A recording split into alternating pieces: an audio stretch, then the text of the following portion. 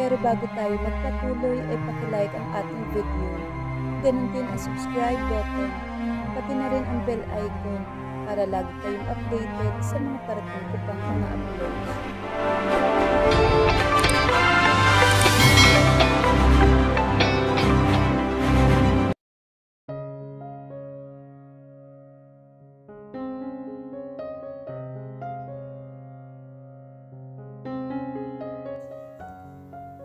Nakatapi lang ng tuwalya si Kit nang lumabas ng banyo. Napatitig naman si Myla sa malapad at balahibong dibdib ng asawa. Kumuha siya ng roba ni Kit sa cabinet. Matapos iyong maisuot, ay muling umupo sa gilid ng kama.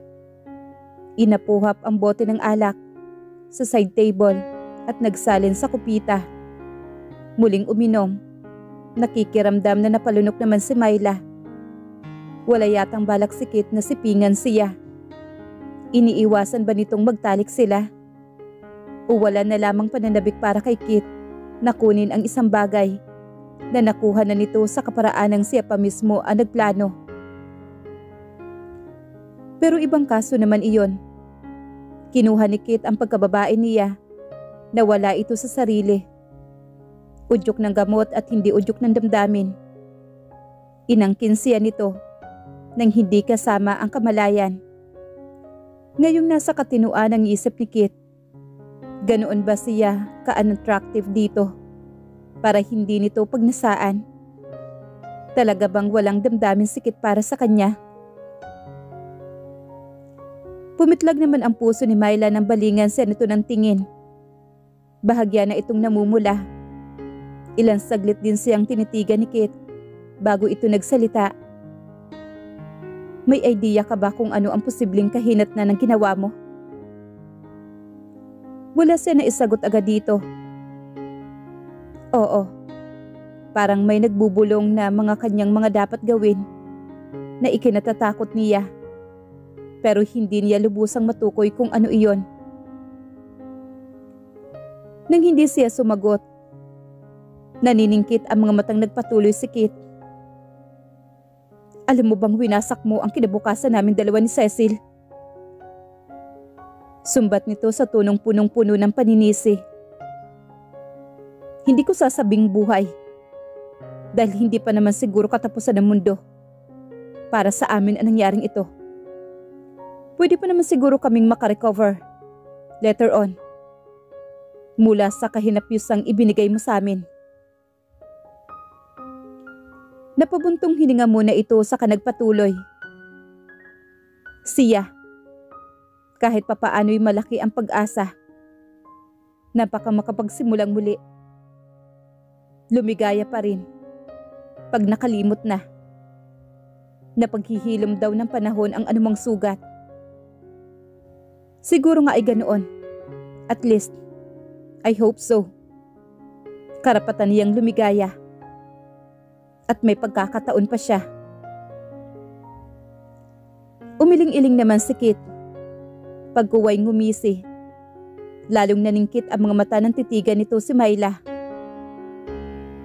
Ako? Siguro, wala na. Nakagapos na ako sa'yo. Wala na akong pag-asa pa. Sabi pa nito. Nagtiim naman ang mga bagang ni Kit. Ang tibay ng sikmura mo, no? Buong panlilibak na sabi nito. Hindi ko inakala na isang pares mo'y mawawala ng kahihiyan para magawa ang isang bagay na hindi magagawa ng isang disenteng babae.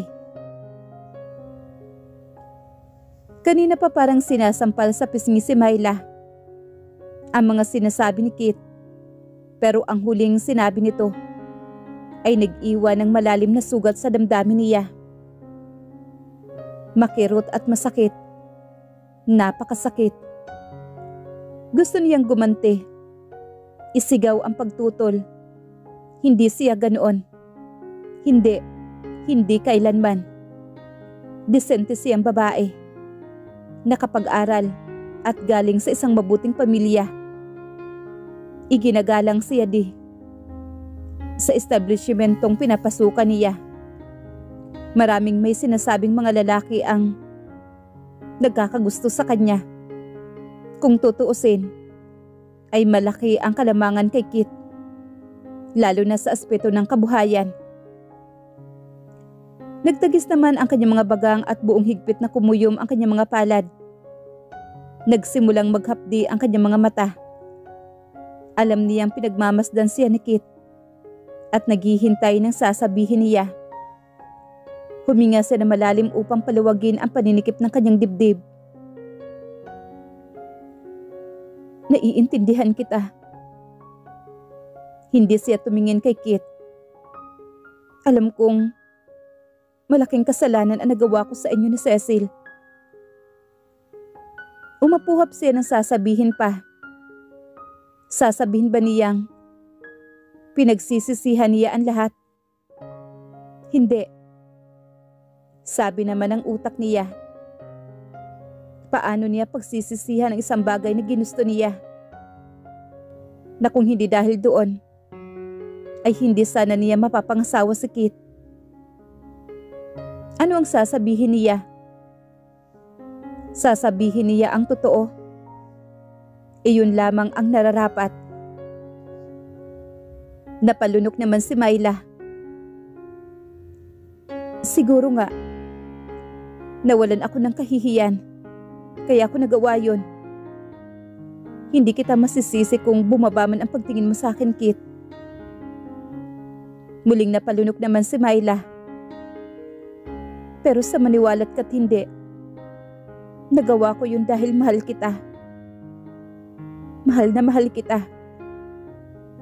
Nagawa ko yun sa takot kong mawala ka na sa akin. At hindi ko kayang tanggapin yun, Kit. Kahit alam mong hindi kita mahal? Mariing pakli naman ni Kit sa kanya. Naninindigang tumango naman si Myla. Mariing napamura naman si Kit. Pero bakit ako? Dahil ikaw ang mahal ko. Sakim ang pagmamahal mo. Makasarili, walang pakundangan. Kahit mangwasak ng buhay, makuha lang ang gusto mo. Punong-puno ng pang-uuyam ang boses naman ni Kit. Hindi totoo yan. Tutol naman ang utak ni Myla. Pero alam niyang pinananaigan si Kit ng negatibong damdamin. Pinili niyang huwag na lamang pasubalian ang akusasyon nito. Magiging bingi na rin siya sa anumang pagtatanggol niya sa kanyang damdamin. Hindi ka makasagot dahil totoo, ano? Mariing singhal muli ni Kit sa kanya. Hindi pa rin sumagot si Myla. Tinitimpi ang kanyang damdamin. Nasabi ko na nga, nakagapos na ako sa'yo. Patuloy na wika naman ni Kit sa matabang na boses. At wala na akong magagawa pa. Ano pa nga ba ang dapat mangyari kundi magsama tayo, hindi ba? Kaya sige. Tumango-tango pang sabi nito. Magsasama tayo. Bilang mag-asawa. Nagawa mong pakasalan kita. Tumigil ito. Bumuntong hininga pagkuwan. Lamang, hindi ko magagawa ang mga bagay na inaasahan mo. Nasakyan naman ni Myla ang ibig nitong tukuyin. Muling tumikhim naman si Kit. Gayunman, ibibigay ko sa iyo ang tungkol sa obligasyong finansyal. Ang pagsushoulder sa mga prime necessities natin. Ang pag-attend sa mga legal matters, etc. Okay lang ba sa'yo? Parang nang-uuto ang titig ni Kit kay Myla. Sa halip na sagutin ang tanong ng lalaki, iba naman ang sinabi ni Myla. Pagsisikapan kong maging mabuting asawa, Kit. Matapat na matapat iyon sa loob niya. Waring isang sumpa iyon. Formal na binawi naman na Kit ang tingin kay Myla at muling nagsali ng alak sa kupita. Ngayong nailahad na ni Kit ang sama ng loob nito sa kanya. Alam niyang may dapat siyang ipag-alala sa mga araw na darating. Nag-aalala siya sa inaasahan niyang ganti ni Kit. Pero kinakailangan niyang maging matatag. Pasakitan man siya ni Kit, magtitiis siya. Ang pinakamabuting magagawa niya ay ipakita at ipadama kay Kit ang tunay na pagmamahal niya rito. Patunayan sa lalaki ang matapat niyang pag-ibig at patutunayan din niya na mas higit ang pagmamahal niya kaysa sa pagmamahal dito ni Cecil. Hindi siya sinipingan ni Kit ng gabing iyon. Maging sa sumunod na mga gabi, nagsimula na ang pagtitiis niya sa parting iyon. Natapos ang honeymoon nila. Dinala ni Kit ang kalamigan at indifference hanggang sa pag-uwi nila. Bagay na ipinaghihirap ng kalooban naman ni Myla. Nasa Green Hills ang bahay ni Kit. Bungalow style at may kalakihan. Kulay asul ang bakal na gate na maganda ang disenyo. Maluwag ang mahalaman ng bakuran. Ikaw na muna ang bahala rito. Matabang na sabi ni Kit pagkaraang maipasok sa silid ang mga bagahe. Masama ang pakiramdam ko eh. Magpapahinga muna ako. May mga gamit na sa kusina, nasa cabinet. Iniwanan nito si Myla sa sala. Napapalunok na iginala ng babae ang tingin. Maliban sa magandang sala set at ilang malalaking vase, wala nang iba pang kagamitan sa sala. Niwalang kortina ang mga bintana. Magiging abala siya sa pag-aayos sa mga susunod na araw. Pinuntahan niya ang kusina. Wala rin sa kaayusan. Gayunman may refrigerator at may lutuan. Nagustuhan niya ang dining set. Maganda ang unique na design at pulido ang pagkakagawa nito. Pangwaluhan ang nasasabing lamesa. Ang lutuan spacious at magaganda ang drawers ng mga cabinet. Sa isang panig ng lutuan ay may electric kettle at bread toaster. Halos kumpleto na rin pala ang mga gamit sa kusina. Ang mga binili pa lang muna ni Kit ay ang mga pangunahing necessities. Si Cecil na siguro ang bahala sa mga accessories. Solo kayang namili si Kit o kasama nito si Cecil? Kasama siguro si Cecil. May kumirot naman sa dibdib ni Myla. Ang lahat ng mga naririto ngayon sa bahay ni Kit ay laan talaga para kay Cecil. Kailanman ay hindi para sa kanya. Ang isa pa rin sigurong ikinasasama ng loob ni Kit ay ang pangyayaring siya at hindi si Cecil ang gagamit ng mga iyon. Kung si Cecil ang napangasawa ni Kit, malamang ay dito na nito ipapaubaya ang pagkumpleto sa mga kasamkapan. Baka nga plano nila na kumpletuhin muna ang gamit sa bahay bago magpakasal. Pero pagkaraan niya itong pikutin, nawala na siguro ng interes si Kit na ipagpatuloy ang mga iyon. Baka nga ang nasa isip ngayon ni Kit ay bahala siyang magpuno sa mga kakulangan ng bahay.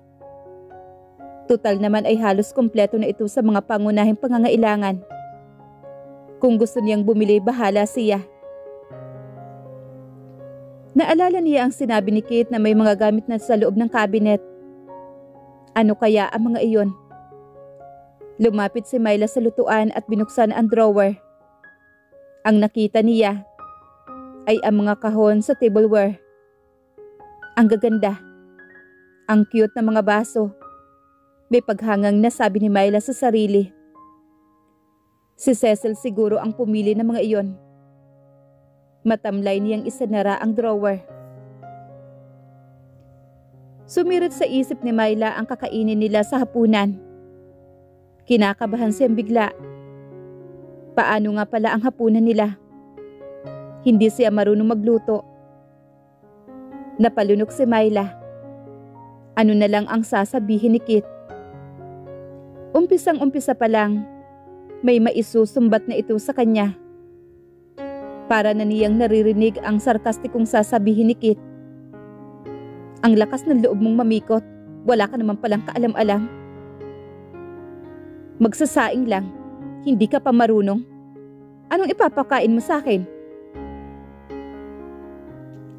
Lalong bumilis ang kabog ng kanyang dibdib. Anong gagawin niya? Bibili na lang ba siya ng lutong ulam sa fast food restaurant? Pati kanin? Paano kung itanong ni Kit kung bakit bumili siya ng lutong ulam? Idadalhilan ba niyang walang mailuluto na walang bigas na maisasaing? Kung sabihin ni Kit na, bakit hindi ka nag-grocery? May mapaglulutuan ka naman ah. Wala siyang maidadahilan. Mabibisto siya nitong hindi siya marunong magluto. Napatingin si Myla sa relo niya. Mag-iikalima na ng hapon. Sumirit sa isip naman niya si Loleng, ang paborito niyang katulong nila. Tama, tatawagan niya ang katulong. Magpapaturo siya kung paano magsaing. At kahit iyong pinakasimpleng lutong ulam na lang, matututunan naman siguro niya kaagad. Basta magiging malinaw lang ang instruction ni Loleng sa kanya. May time pa naman siya para mag-grocery. Humahango siya sa sala. Pero laking pagkadismaya niya nang mapagtangtong wala pa palang naka-install na telepono. Bagong tayo pa nga lamang pala ang bahay na ito. Naragdagan ang hindi maipaliwanag na kaba ni Myla. Ano ang gagawin niya? Teka, sa payphone nga pala. Matatawagan niya si Loleng sa payphone.